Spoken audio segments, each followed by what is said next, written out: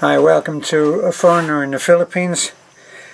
I get a ton of letters, I get a ton of comments, and on the subject of meeting your forever, your happy ever after, whatever those phrases are best and work for you, that I do get, one of the things that the thread that goes through the letters that I get all the time is that there are people out there who are lonely, and decent, good people, both men and women, who would really like to meet someone who would be a companion for life. And that's the theme that goes through. And the letters are actually very touching. I would like to read this one from, we'll call him Stephen, okay? And I'd like to read the letter because it is a very touching letter, and it's typical of the letters that I get. It says, I watch your YouTube comments all the time and I have learned a lot now. I have dated many scammers the last 10 years and have lost a lot of money that way. It's not about the money I am sad about. To get cheated that way is not nice. The last one I paid for house and so on, but found out that she was married and had 3 kids. Way too late.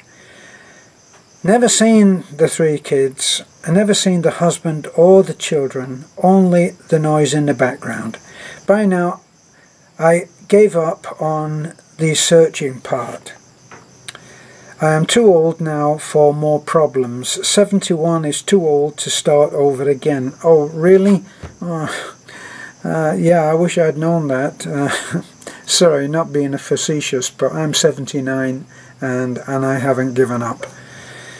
So, let me find it. 71 is too old to start over again.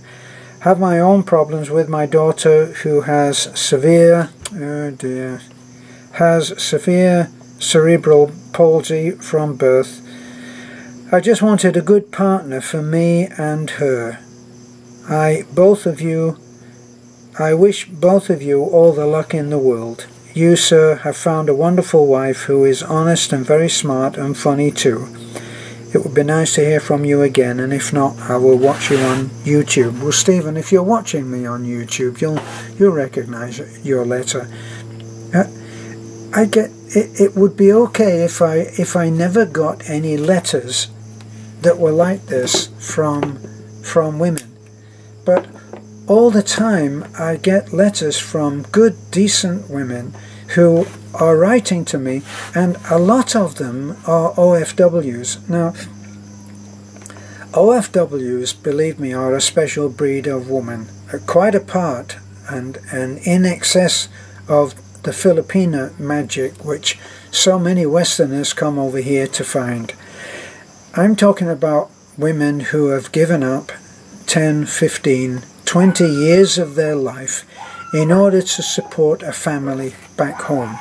They've sent all the money that they make to their family in the Philippines. This is not a rare thing.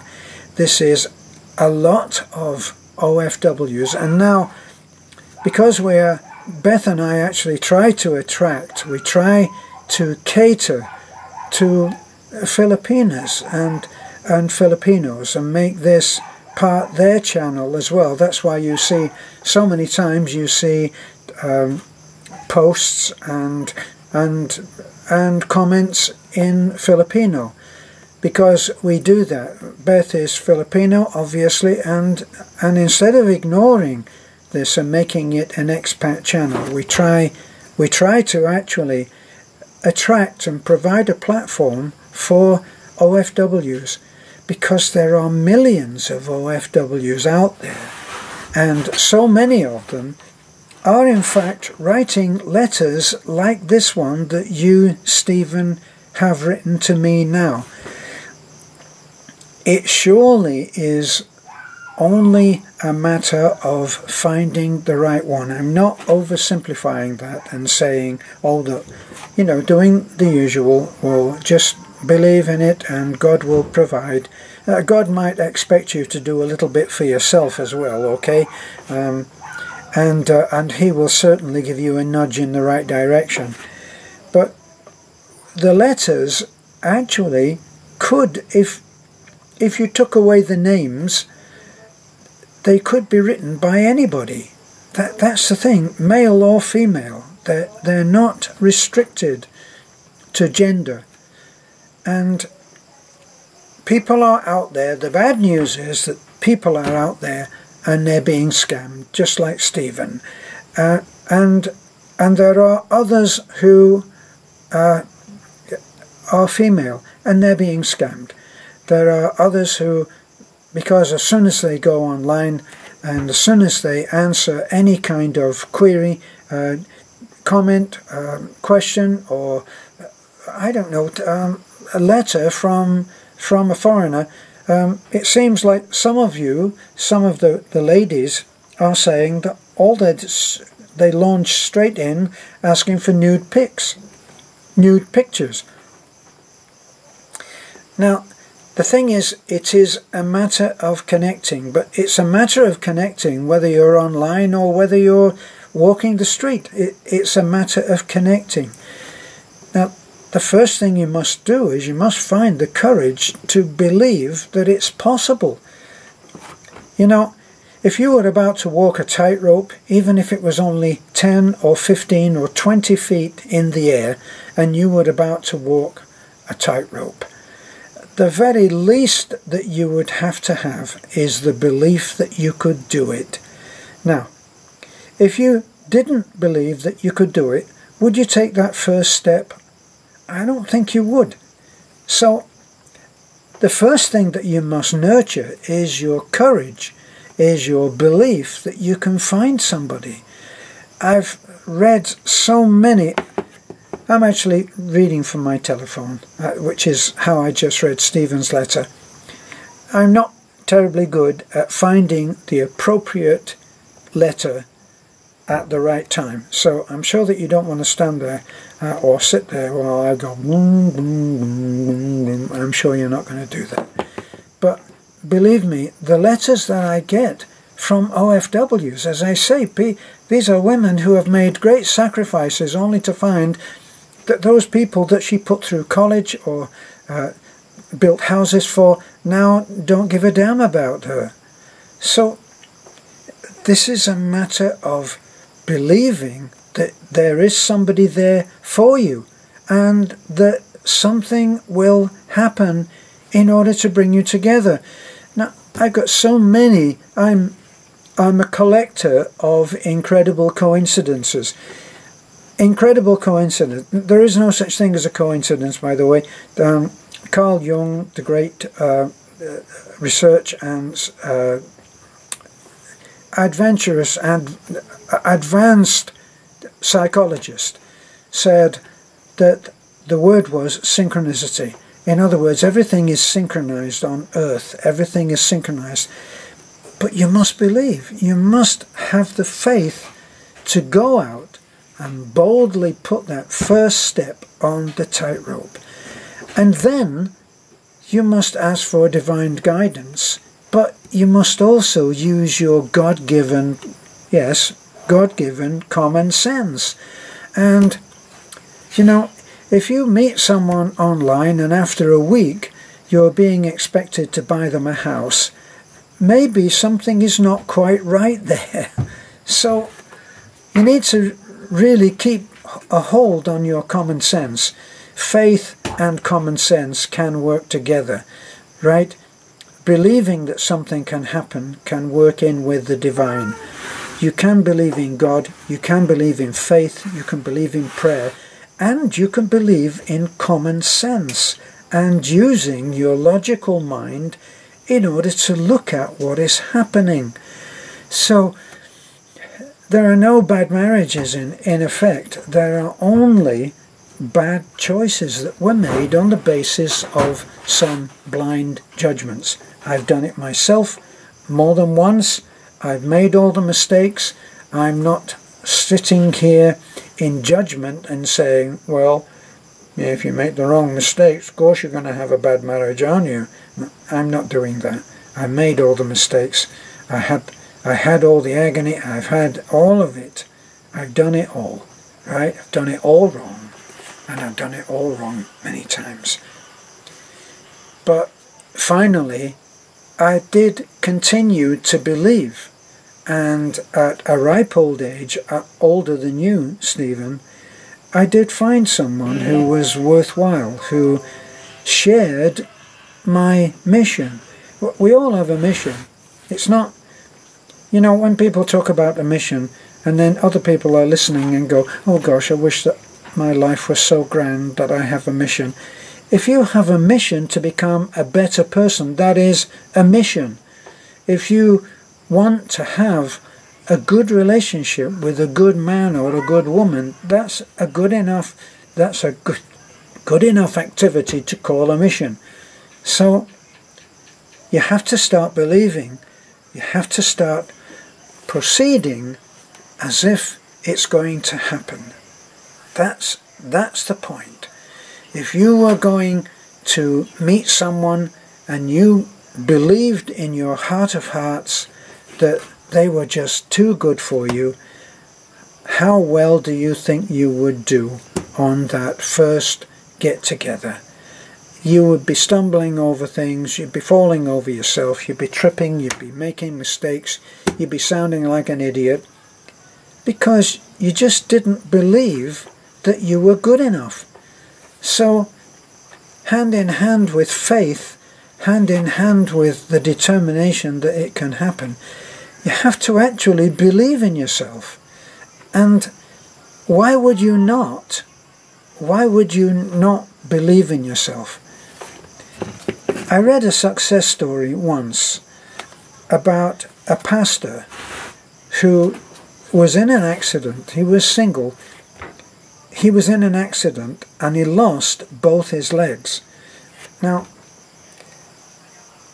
he actually started to lose faith that anybody would ever consider that he was enough of a man for them to marry. And in prayer, in talking to his Maker, to the Creator, he found the faith to believe that there was someone out there. Incredible coincidence, his story had been written in a newspaper, and somebody saw him and felt a connection.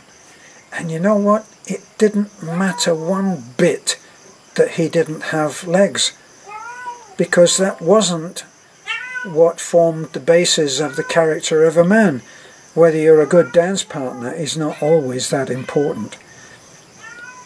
And she got in touch with him and came along and saw him, and they met and they talked and they talked and they talked, and the more that they talked, the less it mattered that he had lost his legs. And they got married and were very, very happy, and she felt that he was all the man that she had ever wanted. So, you've got to start believing, you've got to start understanding that it is a matter of connecting. If I could take all of the letters from men and all of the letters from women and put them together, there would be lots of happy unions. One of our very early supporters actually wrote to me and said, guess what? I've been communicating to someone that commented on your channel, and we are getting on so good. I'm coming out to the Philippines and I'm going to meet her. Now, I'll cut a long story short. They're actually together now. They are bonded together. And so it can easily happen. And even though I get lots of letters from lonely people who are on the verge of giving up, like this man Stephen, I've had messages from women who are saying, I've just given up. I've been on the sites and I can't seem to find the one. I've also heard from men who have been on these sites for 20 years, and they say it in absolute fact that 1 out of 100 are scammers, or 1 out of 50 are scammers. I don't know how they get these percentages. I don't know how they work that out, other than on the basis of their own personal opinion, their own personal experience. Well, what's your experience? Well, my experience was that I found somebody. What's yours? Are you going to tell me the sum total, as I've always said? Ask somebody for their advice, and they inevitably will give you the sum total of their own wins and losses. Now, if you talk to someone who found a loving woman or man and is now very happy, what will they tell you? They're not going to tell you, don't go on the sites, or give up, it's not worth it. They're going to tell you, have faith, you can do it. It will happen when you least expect it. So, when you talk to people, and every time that anybody has given me advice, they've always prefixed it with the fact that they are absolutely experienced in the entire thing. 20 years doing this, 30 years doing that, 10 years doing this. Because they're going to give you their opinion, and they're going to give it as if it's fact. The thing about opinion is, it's just opinion. Now, it's true that you could say, if you jump off the Empire State Building, it's my opinion that you will probably die. And yeah, we'll take that one, okay?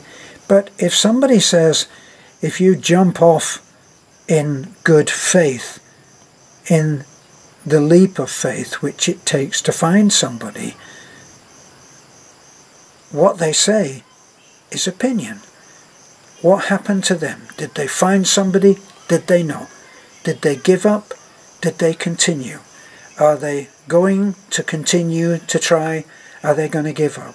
Now, one thing's for sure, if they give up and go, well, it's not going to happen, it probably will never happen.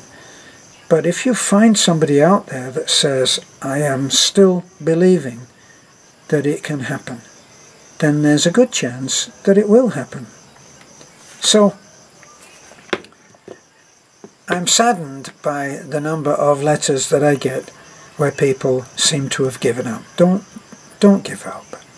Don't give up. You will find somebody, and it doesn't matter how late it is. I've heard success stories of people who are in their 70s and, believe it or not, in their 80s, and they have met up with childhood sweethearts who have grown up, had families, got grandchildren, and then lost their partner, and then they meet up with their childhood sweetheart, and they get married and are happy. I've just seen a story of 2 people in India who suddenly thought that they would like to have a child. Now, I know that the negatives will be on this and say, well, that's just irresponsible. What's going to happen to that child? But they decided that they wanted to have a child, and they went to an in vitro clinic, and they put it to the in vitro clinic doctors that that was what they wanted. They're both in their 70s, okay? Right, short story, they've now got a beautiful little boy in their 70s. If they can do that, then you can find somebody to love you. That's my belief. Don't give up. Have faith. Keep going. Bye for now.